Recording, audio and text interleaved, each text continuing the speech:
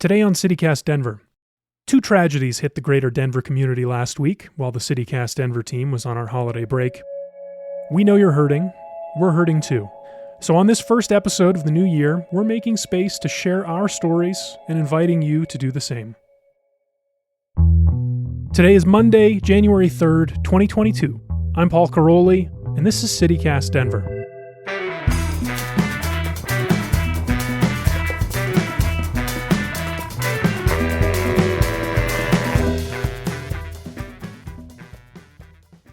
One week ago today, on Monday, December 27th, a 47-year-old man drove through downtown Denver and Lakewood, making multiple stops to shoot and kill 5 people and injure at least 3 more, before he himself was shot and killed by police at the Belmar Shopping Center in Lakewood. It was one of almost 700 shootings that left 4 more people dead or injured in the United States in 2021, according to Gun Violence Archive. The deceased are Michael Swinyard, Alyssa Gunn Maldonado, Danny Schofield, Sarah Steck, and Alicia Cardenas. Our regular host, Bree Davies, is here with me for more. Hi, Paul. Well, I've been thinking about what happened a lot because of social media, we can kind of see how things impact people we love in real time. And we lost several folks in this shooting, but Alicia Cardenas was definitely someone who stuck out in terms of her impact on Denver and the larger world. And I didn't know her personally. I didn't know any of the victims personally, but I definitely knew her from around. We're around the same age. We both grew up here in Denver in sort of the alternative scene, for lack of a better word. And I just knew her. She was a force and a figure that was undeniable. You saw her everywhere. And then you saw her art everywhere, which was incredible. But when I think about her, I think about people that built up the city that we know today. Denver wasn't always cool to other people. We were kind of a small town for a long time. And when you're a small town, people like Alicia's work just stand out even more. So she started piercing when she was 16 years old at Bound by Design, which is a shop on Colfax. And if you've lived here for any amount of time, it's kind of one of those like shops, it's been around for a long time. And then she opened her own spot, Twisted Soul, in Capitol Hill in the late 90s.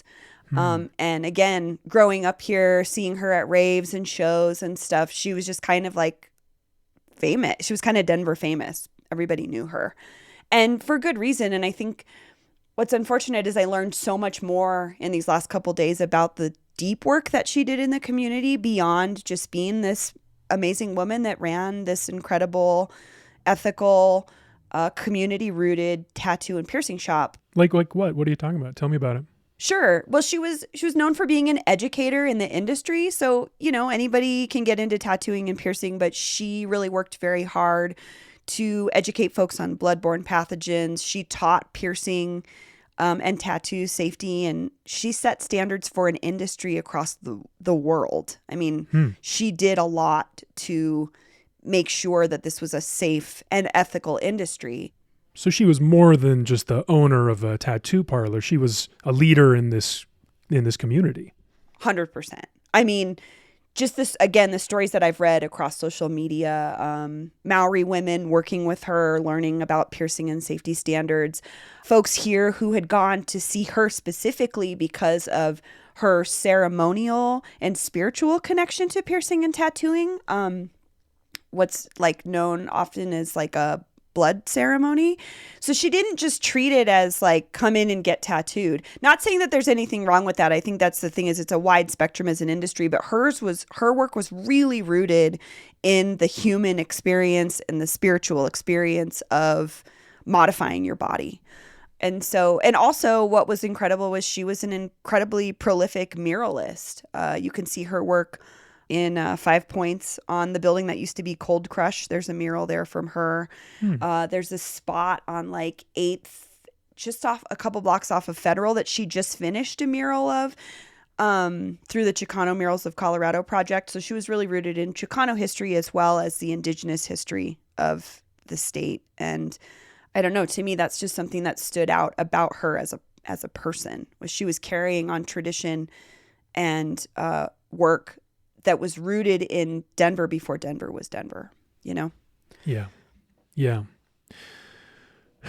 And listeners, we know that this has affected everybody in many, many different ways. And we want to offer up CityCast Denver as a platform to share stories like what Bree shared. We know that a lot of people out there have Alicia's tattoos on them right now. And she was not the only one of the victims from that community. So if you have a story about any of the victims of the shooting, please do call and leave us a message at 720-500-5418. We would love to share your stories and remember these people together.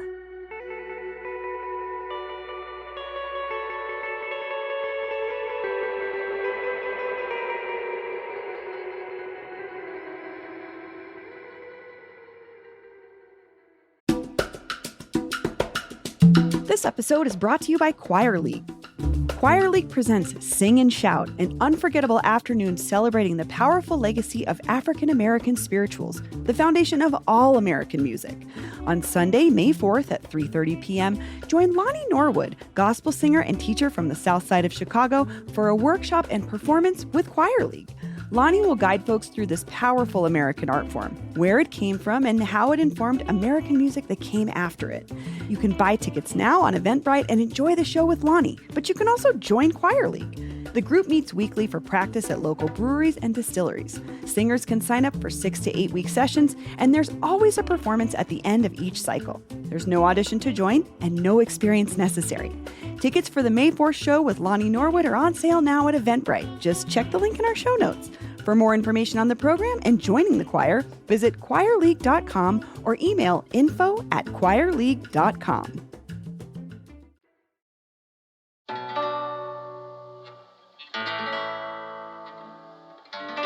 Three days after the shooting in downtown Denver, on Thursday, December 30th, grass fires fueled by high winds forced tens of thousands of Coloradans to evacuate their homes in the North Denver suburbs. The fires spread quickly, destroying 991 properties and damaging 127 more across 6,000 acres of Superior, Louisville, and unincorporated Boulder County.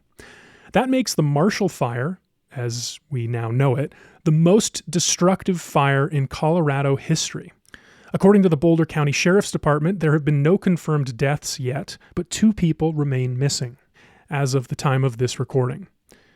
Peyton Garcia writes the CityCast Denver daily newsletter, and she's here to offer some personal perspective. Peyton, welcome back to the show. Hi, Paul. So, Peyton, what is your connection to the fire? So I live in Erie right now, but I just moved last summer, and the 6 years before that, my fiance and I lived in Louisville. So, and we still own that condo. We moved out, but we own the condo, and we are renting it out to my little brother and his girlfriend. Wow. So you must know so many people who were involved, who evacuated.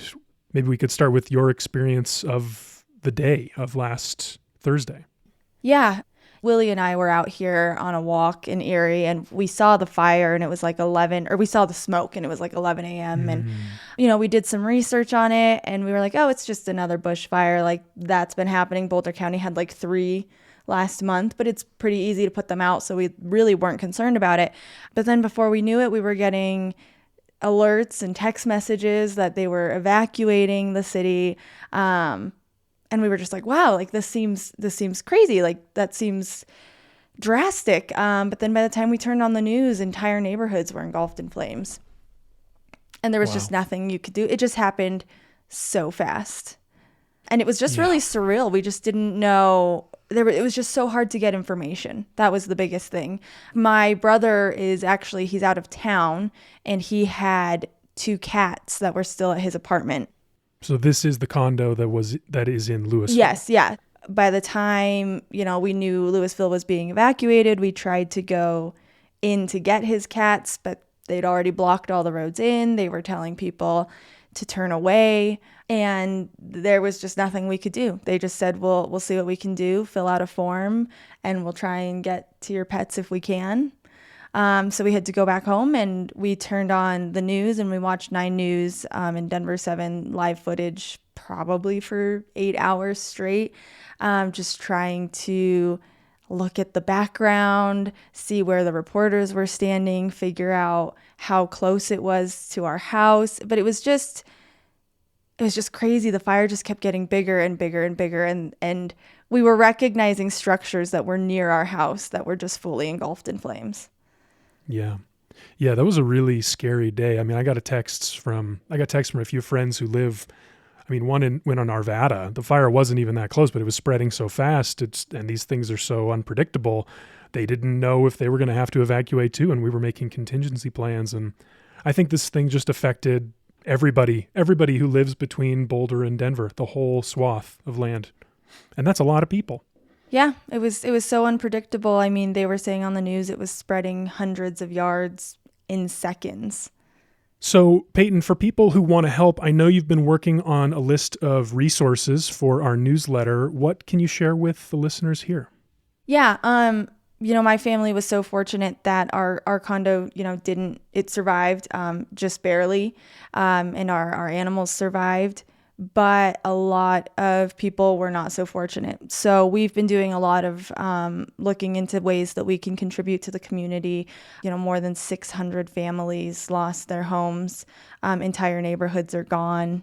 All of Superior is just a pile of ash. And there are a number of ways that you can help. Right now, Boulder County is saying they don't need any more material donations like food or bottled water. They will at some point, but right now they are maxed out on that. So that's not the best way to contribute right now, but monetary donations are always helpful.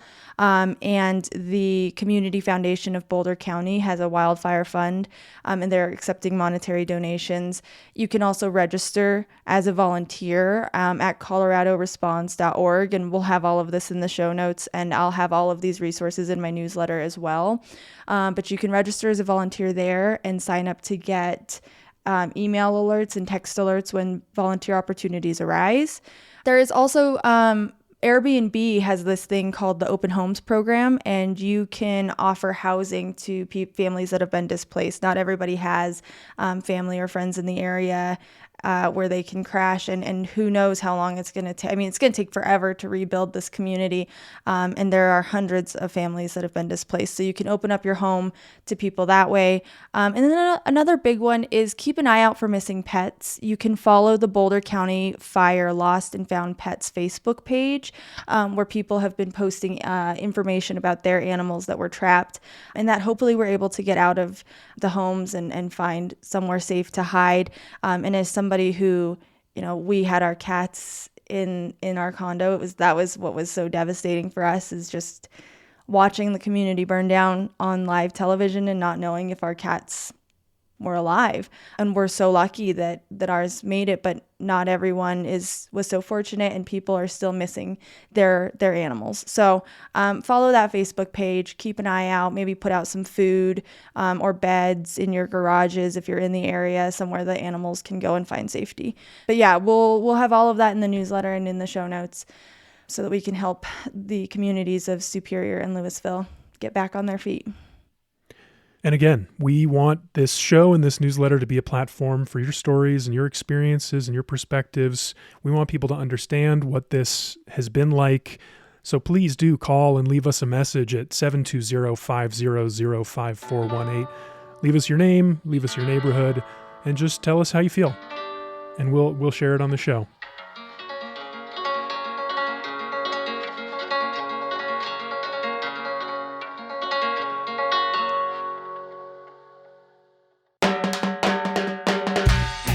That's all for today here on CityCast Denver. But before we go, I want to just say again that we really do mean it about wanting to hear your stories about the fire and the shootings. Maybe it's selfish, but last week, watching these tragedies unfold on my various screens, I felt very alone.